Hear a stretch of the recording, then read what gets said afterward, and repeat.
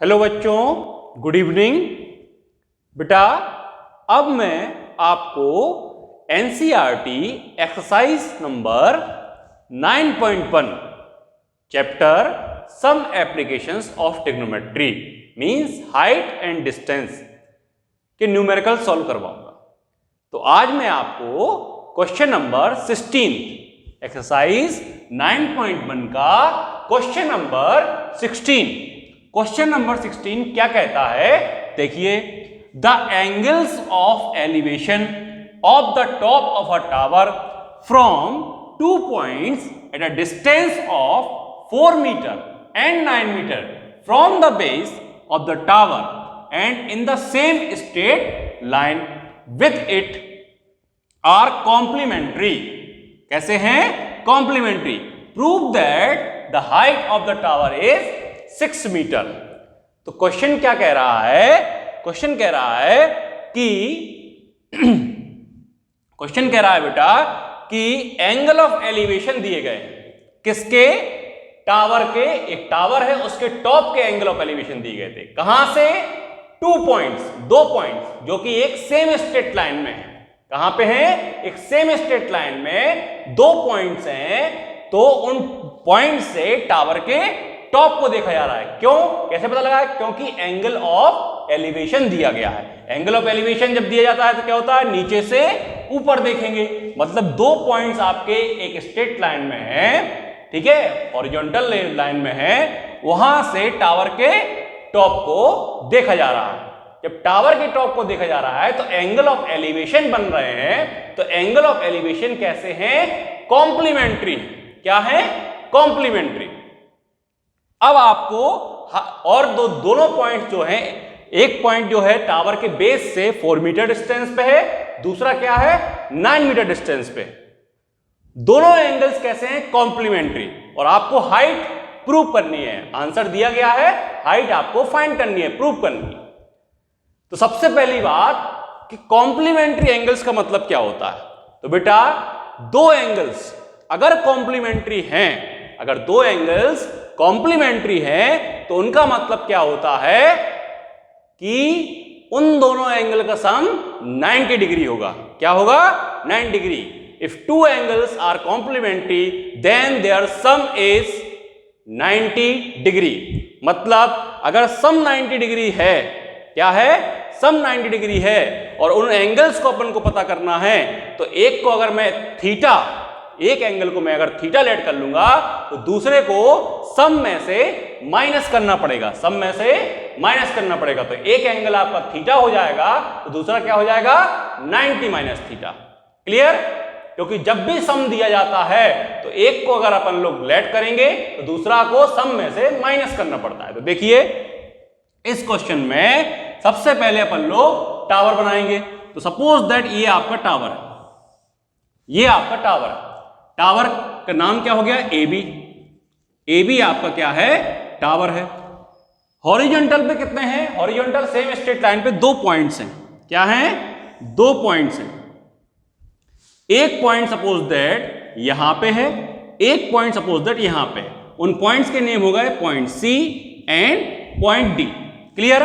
Tower कैसा है? Vertically stand, vertically है, सीधा खड़ा हुआ है तो 90 डिग्री का एंगल बनाएगा। क्लियर? अब पहला पॉइंट जो है टावर के बेस से 4 मीटर डिस्टेंस पे, मतलब ये डिस्टेंस यहां से ये डिस्टेंस कितनी है? 4 मीटर। और दूसरा पॉइंट जो है वो क्या है? 9 मीटर डिस्टेंस पे। क्या है? 9 मीटर डिस्टेंस, ये गिवन है। क्लियर है? 9 मीटर डिस्टेंस पे है। और इन पॉइंट से जो एंगल ऑफ एलिवेशन, मतलब एंगल ऑफ एलिवेशन क्या रहेगा? इस तरीके से, इस तरीके से एंगल ऑफ एलिवेशन। ये आपको स्ट्रेट लाइन बनाना है। क्या बनाना है? Straight line. स्ट्रेट लाइन थोड़ा सा कर्व बन गया है, आपको स्ट्रेट लाइन ही बनाना है। क्लियर है? आया समझ में? स्केल का यूज करेंगे आप, स्ट्रेट लाइन ही बनाएंगे। क्लियर? अगर मैंने ये वाला एंगल थीटा लेट कर लिया तो ये वाला एंगल क्या हो जाएगा? 90 degree minus theta. 90 degree minus theta. क्यों? क्योंकि 2 एंगल्स हैं जो दिए गए हैं एंगल ऑफ एलिवेशंस, उनका सम वो क्या है, कॉम्प्लीमेंट्री है, तो उनका सम क्या होगा बेटा 90 डिग्री। तो एक को थीटा, एक को 90 minus theta. Height of the tower prove करनी है 6 मीटर, तो मैं यहां पे हाइट ऑफ द टावर को h मीटर लेट की ले रहा हूं। कितना, h मीटर, ठीक है। तो आप यहां पे क्या करेंगे, तो देखिए बेटा दो एंगल्स हैं, क्लियर है। तो आपको जब दो एंगल ऑफ एलिवेशन है, टू एंगल ऑफ एलिवेशन है, तो दो ट्राइंगल आपको कंसीडर करने पड़ेंगे। तो सबसे पहले आप क्या रखेंगे, अकॉर्डिंग टू फिगर, फिगर के अकॉर्डिंग चलेंगे बेटा।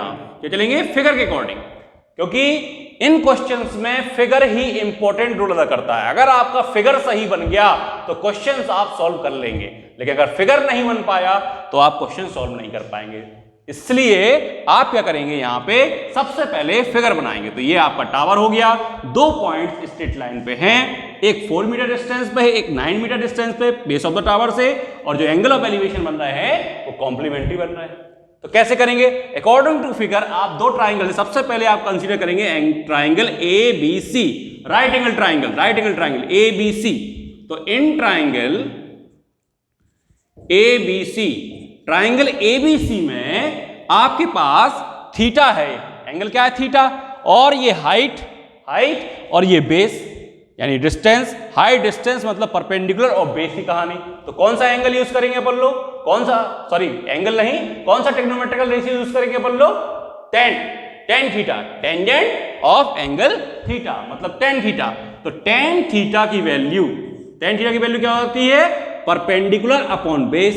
तो यहां पे क्या हो जाएगी, h/4, h/4, क्लियर।